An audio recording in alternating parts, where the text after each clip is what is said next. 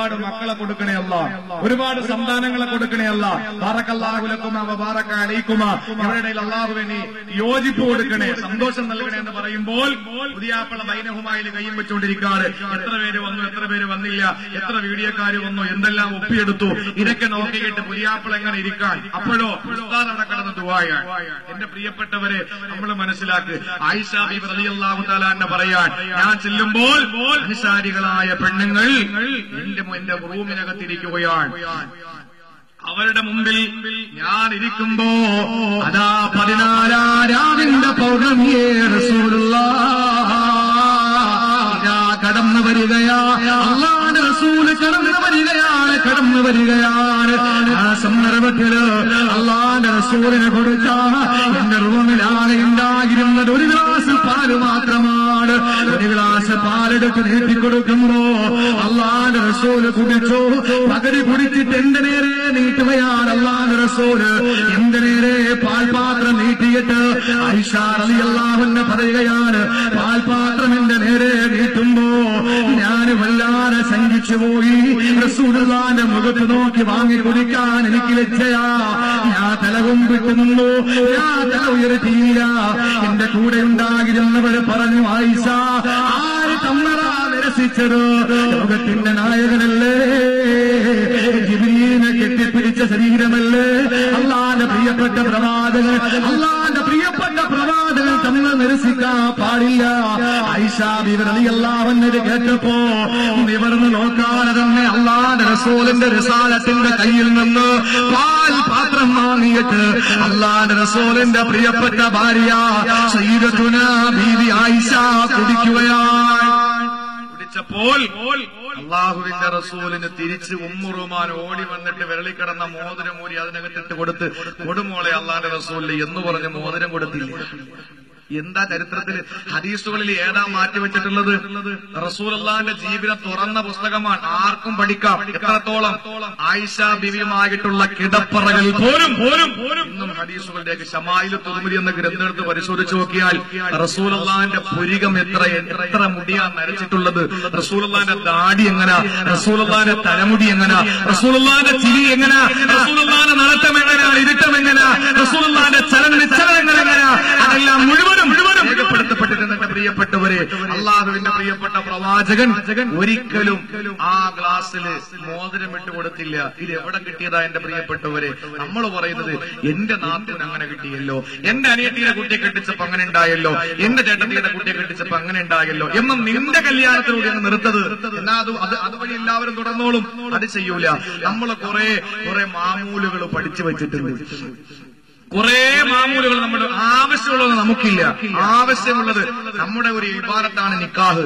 അത് പള്ളിയിൽ വെച്ച് നടത്തണം. അത് നമ്മളാരും ചെയ്യാറില്ല. അബദ്ധത്തിൽ അങ്ങനെ പള്ളിയിൽ വെച്ചെങ്ങാനും നടത്തിപ്പോയാൽ എന്റെ പ്രിയപ്പെട്ടവരെ നിക്കാഹിന് ആളും കാണില്ല.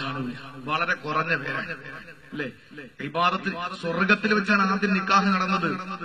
ആദം നബി ഹവ്വാ റളിയല്ലാഹു അൻഹ വിവാഹം കഴിച്ചത് സ്വർഗത്തിലാണ്. അതുകൊണ്ട് ഭൂമിയിലെ സ്വർഗീയ പൂങ്കാവനത്തിൽ വെച്ചാണ് നിക്കാഹ് നടത്തേണ്ടത്. അത് പള്ളികളാണ്, അത് ഓഡിറ്റോറിയമല്ല, അത് പള്ളികളാണ്. നമ്മുടെ പൊന്നുമക്കളെ കെട്ടിച്ചു കൊടുക്കുമ്പോൾ അങ്ങനെ ഒരു വിപ്ലവം എന്റെ യുവാക്കളെ ഈ വർഷത്തെ നമ്മുടെ മഹാന്മാരായ ഈ ഇവിടെ അന്ത്യവിശ്രമം കൊള്ളുന്ന അല്ലാഹുവിന്റെ ഔലിയാക്കളുടെ മശായിഖുമാരുടെ നാമധേയത്തിൽ ഇവിടെ സംഘടിപ്പിച്ച ഈ പരിപാടിയുടെ ഈ വർഷത്തെ പരിപാടിയിൽ എന്റെ പ്രിയപ്പെട്ടവരെ അങ്ങനെ ഒരു വിപ്ലവം നമുക്ക് ഉണ്ടാകട്ടെ. നമ്മുടെ പൊന്നുമക്കളുടെ വിവാഹം എവിടെ വെച്ചോ നിങ്ങൾ നടത്തിക്കോ, എന്തൊക്കെ നിങ്ങൾ കൊടുത്തോ, ആരും തടസ്സം നിൽക്കുന്നില്ല.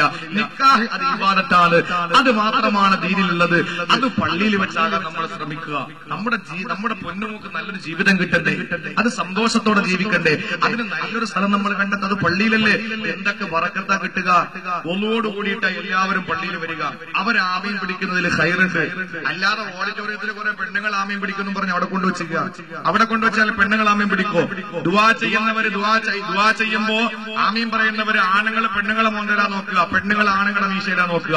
എവിടെ ആമയും പറയാ, എവിടെ ആത്മാർത്ഥത, എവിടെ എത്ര പേർക്കാ ഒന്നുള്ളത്, എത്ര പേര് ആത്മാർത്ഥമായിട്ട് ആമയും പറയാ? ആരും ആമയും പറയൂല. പള്ളിയിൽ വെച്ചാൽ അൽഹംദുലില്ലാഹ് നിക്കാഹ് കഴിയുമ്പോൾ ളുഹറിന് വാങ്ങ് വിളിക്കും. ഇവിടെയൊക്കെ സമയത്തല്ലേ സാർ നിക്കാഹ്? ഞങ്ങളുടെ നാട്ടിലൊക്കെ ളുഹർ സമയത്താണ്. ആ സമയത്ത് നിക്കാഹ് കഴിഞ്ഞ് സന്തോഷത്തോടെ എല്ലാവരും ദുആ ചെയ്ത് ആത്മാർത്ഥമായിട്ട് ദുആ ചെയ്യുമ്പോൾ ളുഹറിന് ബാങ്ക് വിളിക്കും. ഉടനെ നിസ്കാരം. അൽഹംദുലില്ലാഹ് നിസ്കാരം കഴിഞ്ഞ് സലാം വീട്ടി എല്ലാവരും സന്തോഷത്തോടെ ദുആ ചെയ്ത് സ്വലാത്ത് ചൊല്ലി പിരിയുമ്പോൾ ആ നിക്കാഹിന് എന്തൊരു ബറക്കത്താണ്. അതല്ലേ നമുക്ക് വേണ്ടത്. ബാക്കി സൽക്കാരോ കൊരവയിടലോ എന്ത് കൊടുക്കലോ പ്രഥമം കൊടുക്കലോ മൈലാഞ്ചി ഇടലോ ഒപ്പര അതൊക്കെ പിന്നത്തെ വിഷയം. അത് നമ്മൾ എവിടെ കൊണ്ടുവച്ച് നടത്തിക്കോ. അത് ദീനിലില്ലാത്ത കാര്യമാണ്. എന്റെ പ്രിയപ്പെട്ട സഹോദരങ്ങളെ, അതൊട്ടും നമ്മുടെ സമുദായത്തിൽ നിന്ന് മാറാനും പോകുന്നില്ല. കാരണം അപ്പുറത്തൊരു വിവാഹം നടക്കുമ്പോ അതിനേക്കാളും മുൻപന്തിയിലാകണം നമ്മളാകണം നിക്കാഹ് എന്ന് വാശി പിടിക്കുന്നവരാണ് നമ്മൾ ഓരോരുത്തരും. അതുകൊണ്ട് എന്റെ പ്രിയപ്പെട്ടവരെ, ആയിഷയുടെ ചരിത്രത്തിൽ നിന്ന് പഠിക്ക്. അള്ളാഹുവിന്റെ റസൂല് ആ പാൽ പാത്രം വെച്ച് നീട്ടി ആയിഷ റളിയല്ലാഹു അൻഹ കുടിച്ചു. അള്ളാഹുവിന്റെ റസൂല് പറഞ്ഞു, ആയിഷ നീ മാത്രം കുടിക്കല്ലേ, നിന്റെ കൂട്ടുകാരികൾക്ക് കൂടെ കൊടുക്കും. റസൂൽ ഒരു കമന്റ് അടിച്ചതാണ്. അള്ളാഹുവിന്റെ റസൂൽ വാക്ക് കേട്ടപ്പോ കൂട്ടുകാരികൾ പറഞ്ഞു, നബിയെ ഞങ്ങൾക്കാർക്കും ഇപ്പൊ ആവശ്യമില്ല, ആവശ്യക്കാരി ആയിഷ, അതുകൊണ്ട് അവള് കുടിച്ചു. ഇത് പറഞ്ഞപ്പോ അള്ളാഹുവിന്റെ റസൂല് പറഞ്ഞു ആയിഷയോട് കൂട്ടുകാരിയോടും പറഞ്ഞു, തമാശയ്ക്ക് വേണ്ടി കള്ളം പറഞ്ഞാലും അത് അള്ളാഹു രേഖപ്പെടുത്തും, അതുകൊണ്ട് സൂക്ഷിച്ചു. നിക്കാഹ് കഴിഞ്ഞു, വിവാഹം കഴിഞ്ഞു, പെണ്ണ് കണ്ടു, വിവാഹാലോചന നടന്നു, നിക്കാഹ് കഴിഞ്ഞു, വീട് കൂടി. അൽഹംദുലില്ലാഹ് അവര് സന്തോഷിച്ചുകൊണ്ടിരിക്കുകയാണ്. എന്റെ പ്രിയപ്പെട്ട സഹോദരങ്ങളെ, ഈ സന്ദർഭത്തിൽ ആയിഷ റളിയല്ലാഹു അൻഹയും റസൂലുള്ളാഹിയുമായിട്ടുള്ള സംഭാഷണം, അത് നമ്മുടെ ഗുണപാഠം. ഇത് നമ്മുടെ ഭാര്യ, എന്റെ ഭാര്യ എന്നോട് പറയുന്നത് ഉസ്താദുമാരോട് പറയാൻ പറ്റും? ഒരിക്കലുമില്ല. നിങ്ങളുടെ ഭാര്യമാര് പറയുന്ന കാര്യം നിങ്ങൾ ഒരാൾ പുറത്തു പറഞ്ഞാൽ അത് നാണക്കേടാണ്, നമുക്ക് പറയാൻ തോന്നൂല. അങ്ങനത്തെ കാര്യങ്ങളല്ലേ നമ്മൾ സംസാരിക്കുക. ആയിഷ ബീവിയും റസൂലുമായിട്ടുള്ള സംഭാഷണങ്ങൾ ഒന്നും ഒളിഞ്ഞിരിക്കുന്നതല്ല, എല്ലാം നമുക്ക് തുറന്ന പുസ്തകമാണ്. ആയിഷ റളിയല്ലാഹു അൻഹ അല്ലാഹുവിന്റെ റസൂലുമായിട്ടുള്ള സംഭാഷണങ്ങൾ ഒന്നുപോലും എന്റെ പ്രിയപ്പെട്ടവരെ നമ്മൾ ആർക്കും പഠിക്കാൻ പാടില്ലാത്തതോ അറിയാൻ പാടില്ലാത്തതോ കേട്ടാൽ ലജ്ജ തോന്നുന്നതോ ഒന്നുമല്ല. അല്ലാഹുവിന്റെ റസൂല് എന്റെ മടിത്തട്ടിൽ കിടന്നിട്ടുണ്ട്, ഞാൻ അല്ലാഹുവിന്റെ റസൂലിന്റെ മടിത്തട്ടിൽ കിടന്നിട്ടുണ്ട്.